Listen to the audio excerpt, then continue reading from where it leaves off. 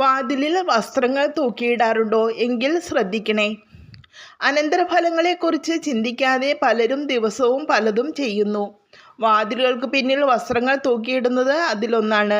വാസ്തുശാസ്ത്രപ്രകാരം വീടിൻ്റെ വാതിലിന് നമ്മുടെ ജീവിതത്തിൽ ഒരു പ്രധാന സ്ഥാനമുണ്ട്. വാതിലിലൂടെയാണ് നമ്മുടെ വീട്ടിൽ പോസിറ്റീവ് എനർജി പ്രവേശിക്കുന്നത്. വാതിലിന് പിന്നിൽ ആണിയടിച്ച് വസ്ത്രങ്ങൾ തൂക്കിയിട്ടാൽ വാതിലിൻ്റെ ഒരു വശം ഭാരമാകും. ഇക്കാരണത്താൽ വാതിൽ കേടാകും. വീടിൻ്റെ വാതിൽ ശരിയായി അടച്ചില്ലെങ്കിൽ വീട്ടിലേക്കുള്ള പോസിറ്റീവ് എനർജിയുടെ പ്രവേശനം തടസ്സപ്പെടും. ഈ സാഹചര്യത്തിൽ നെഗറ്റീവ് എനർജി വീട്ടിലേക്ക് പ്രവേശിക്കുകയും വീട്ടിൽ അതിൻ്റെ സ്വാധീനം വർദ്ധിക്കുകയും ചെയ്യുന്നു. ഇത് കുടുംബത്തിൽ സാമ്പത്തിക പ്രതിസന്ധി, പരസ്പര സംഘർഷം, മാനസിക പിരിമുറുക്കം തുടങ്ങിയവയ്ക്ക് കാരണമാകും. ഇത് കുടുംബം തകരാനിടയാകും. വസ്ത്രങ്ങൾ വാതിലിന് പിന്നിൽ തൂക്കിയാൽ പൊടിയും അഴുക്കും സാവധാനം പ്രവേശിക്കും.